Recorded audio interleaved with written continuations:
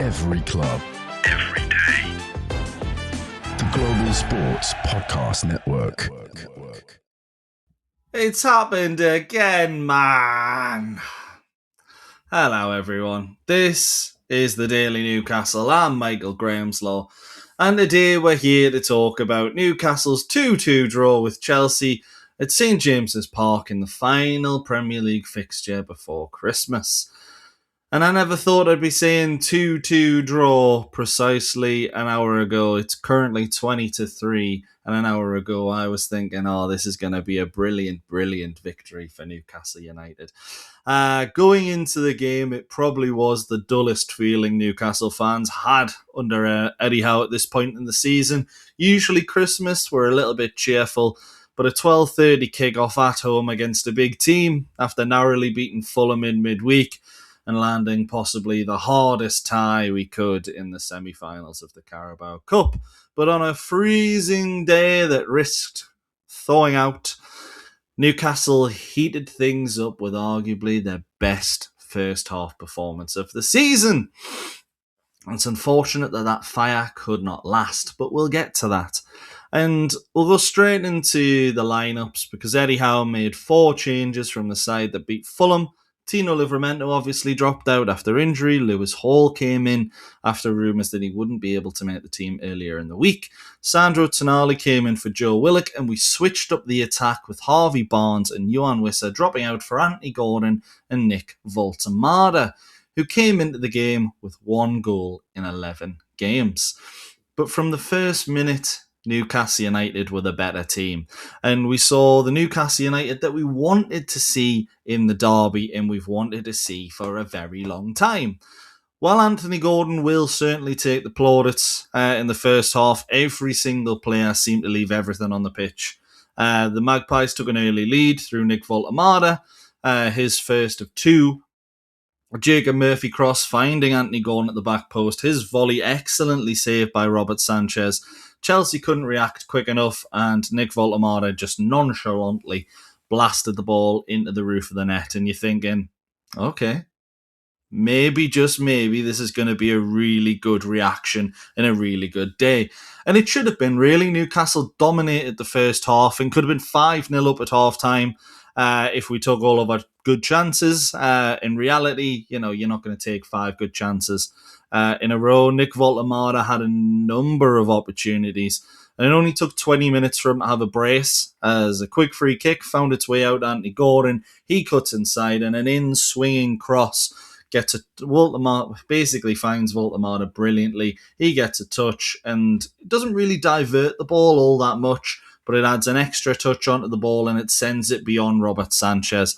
Newcastle 2-0 up after 20 minutes, and it looks like they're cruising. It could have been even better, or if you're a Chelsea supporter, bad to worse, as Alejandro Garnacho could have been red-carded after losing the ball in midfield to Jacob Ramsey. Studs-up challenge on the Newcastle midfielder, so a yellow card brandished. But it's one of those for me that if the referee gives it and gives a red, it's not overturned. Go with the referee. In that scenario, you don't mind it. Newcastle was still the better team and we still had a number of chances. Nick Voltemada putting a great chance wide. Another cross in from Anthony Gordon. Beats his Malo Gusto on the right. He had the better of them all of that first half. Nick Voltemada at the back post, stretching, just a little, knocks it over the bar, just a little too high. Newcastle should have been 3-0 up. There were other chances as well. But Chelsea, all they really had was a small phase of possession at around the 40th minute mark. And you're thinking, just don't let them concede here. Don't let them score here, and you're in for a decent end to the first half. It did end up with Chelsea scoring, but it was ruled out as Pedro Neto handled the ball. The cross came in, he heads it down, and it just hits off his arm and goes beyond Ramsdale. I was more concerned that it somehow managed to trickle past Ramsdale after moving at the speed of a tortoise. But it was a bouncing ball, so Maybe we'll give him that, but it didn't look great at all for Ramsdale. And you could argue, I've seen it argued, that the first Chelsea goal doesn't exactly bode well for him either. Personally, I'm a bit more 50-50 on it. But in the first half, sticking with the first half, it was the best first half we'd seen from Newcastle this season. The athleticism and intensity that had made Newcastle a really tough team to beat in recent seasons was back. Or at least we thought it was. Defensively, Malik Chow was stepping into challenges, making interceptions brilliantly. Lewis Miley, fantastic at fullback again. However, all that changes in the second half. Cole Palmer buys a free kick for Chelsea. Jacob Ramsey a little bit naive in making a challenge, but Palmer went down really quite easily. He's about 25, 30 yards out, closer to 25, if in all honesty. Reece James and Cole Palmer standing over the ball. Let's say the ball's the microphone right there for those on Spotify. Unfortunately, you won't be able to see, but one either side, and the ball can realistically go either side. So if you're Aaron Ramsdale, surely your thought process is, right, I'm going to move a little bit more central just in case either side hits it. Because I'm looking at that and I'm going, Cole Palmer's going to whip that with his left foot and he's going to curl it into the top corner. That's what I'm initially thinking. So there's so much space on that left-hand side. Reece James takes it. He's standing on the left. He curls the ball into the left-hand side of the goal. Aaron Ramsdale dives, but realistically, he probably should have took a step closer to his left. He's overprotecting that near post, and it's one of those where it felt like the goalkeeper was almost scared of being beaten at the post he was closest to. And to be honest, with it being a more central free kick, I definitely thought he should have been in a bit of a better position, but at the same time, he's overcompensated to maybe try and give them that chance and go, right, if I'm going to be beaten, it's going to be through a fantastic strike, which unfortunately it was, but it meant Chelsea were back in the game after a near dreadful first half. And from a Newcastle comfortable position, it all of a sudden got a whole lot nervy. Whole lot more nervy? I don't know. I was nervous. Just there, I was nervous. But Newcastle should have had the chance to put it beyond all doubt. Ian Mackay's 3-1 would have came to fruition, but a penalty was not given to Newcastle after Nathaniel Chalobah thrashed, smashed and dashed Anthony Gordon off the pitch. It's a clear-cut penalty in my opinion. It's a bit shoulder to shoulder.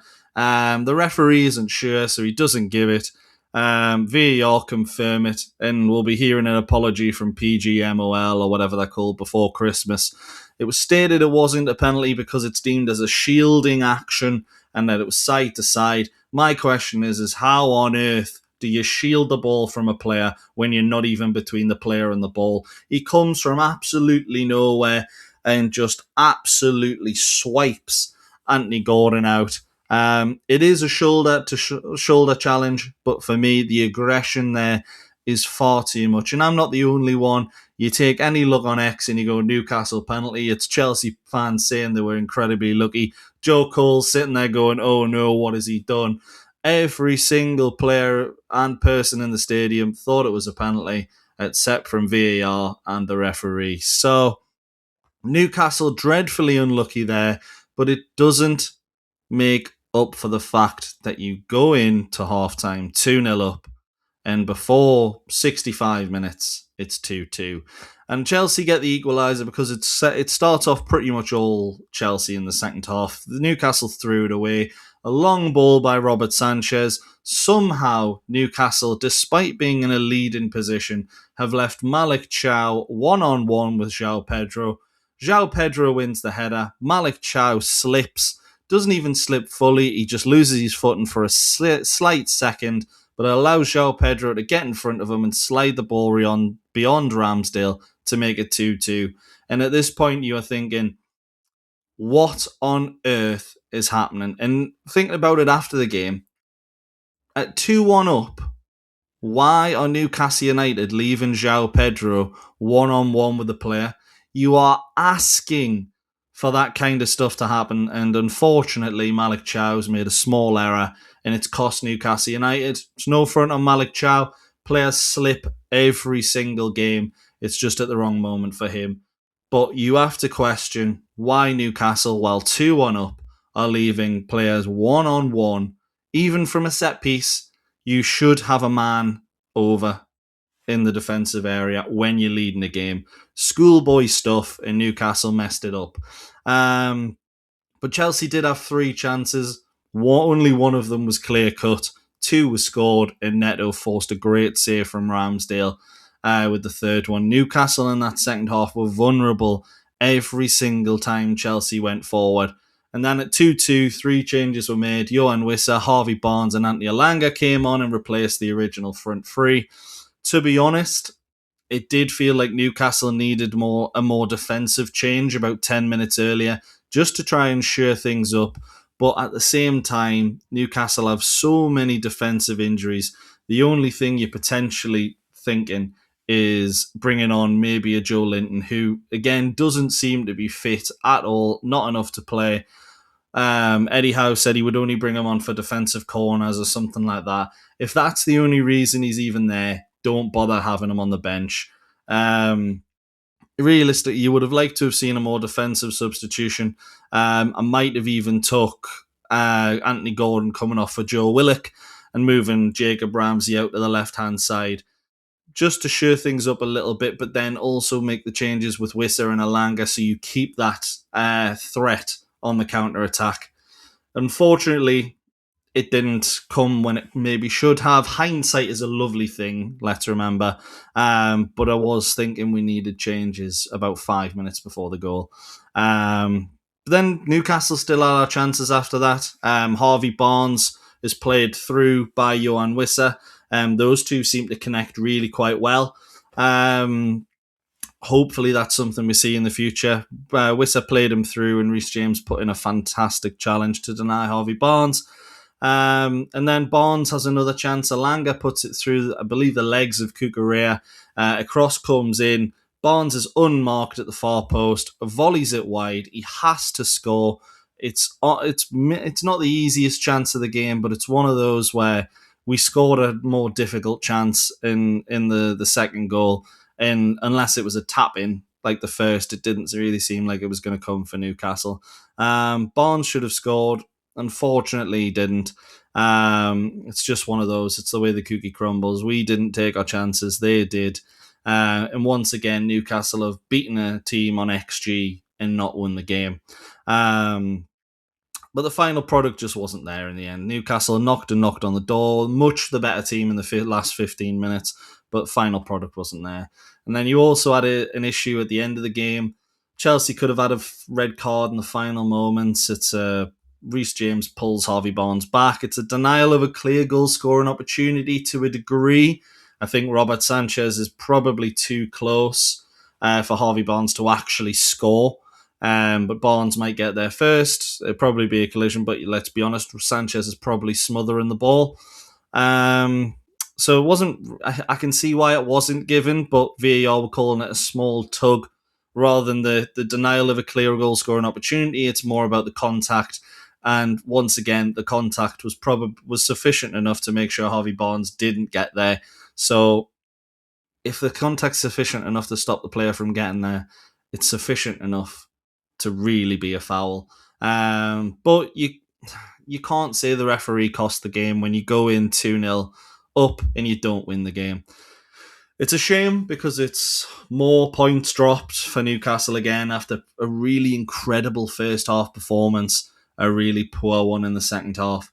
And Eddie Howe said at halftime he didn't want to disclose what he'd said. It can't have been keep it up because the intensity in the second half, the athleticism wasn't there at all. I'd say it wasn't there at all. It had dropped from about giving 100% to giving 80%. And it's a result that at the start of the game, I think I would have took a 2-2 draw, just given how things were. But a 2-0 up, half-time, it's another one where it feels pretty unforgivable. It will be forgivable in about 24 hours' time, but an hour after the game, it doesn't feel it at all. It's an all too familiar feeling for me and many, and probably you this season. Newcastle will get an apology from PGMO for Christmas, but that wasn't really on the list I sent to Santa, and it's a draw that feels like a defeat. Yeah, that's all from me on the Daily Newcastle. A great game, but as a whole, ultimately, we're going to go into Christmas with a bit of a sour taste in our mouths. We are going to be in the bottom half. It's pretty much confirmed. Before the 3 o'clock kickoffs, we're 11th. The only way we could stay in the top half would be if Sunderland beat Brighton, and I pray to God that doesn't happen. That it might do, considering the games are starting off 5 minutes after I'm saying this. But yeah, Newcastle, best we can be is 10th, and that's if everything went our way. So it's a bit more of a difficult one. It's 13 points dropped from winning positions in the Premier League going into Christmas, and 20 points dropped from winning positions in all competitions. You have to look at it and go, those 13 points dropped, even if you didn't drop any of them, you'd be level with Arsenal. Let's be honest. But if you didn't drop 4 of them, we'd be 5th. So it is a really sour feeling. And in the Champions League, obviously, if we didn't drop the extra 8 or 7, I can't remember off the top of my head, you'd be in the top 8 as well. So it's one of those missed opportunities, but fine margins are the difference. You know, it's one of those where you have to realise we're nearly there. We're just not there right now. And hopefully 2026 starts better than 2025 has finished. Although I guess I can't say that with Man United and Burnley on the horizon. A minimum of 4 points required from those 2 games, really. Let's see if Newcastle can pull it off. So 2-2, I would have took it at the start. Not really feeling it right now, but a great first half, slightly worse in the second. Feels like a defeat, but we'll keep smiling through it and on to Man United at Old Trafford on Boxing Day. But for now, I'll see you later. Every club, every day. The Global Sports Podcast Network.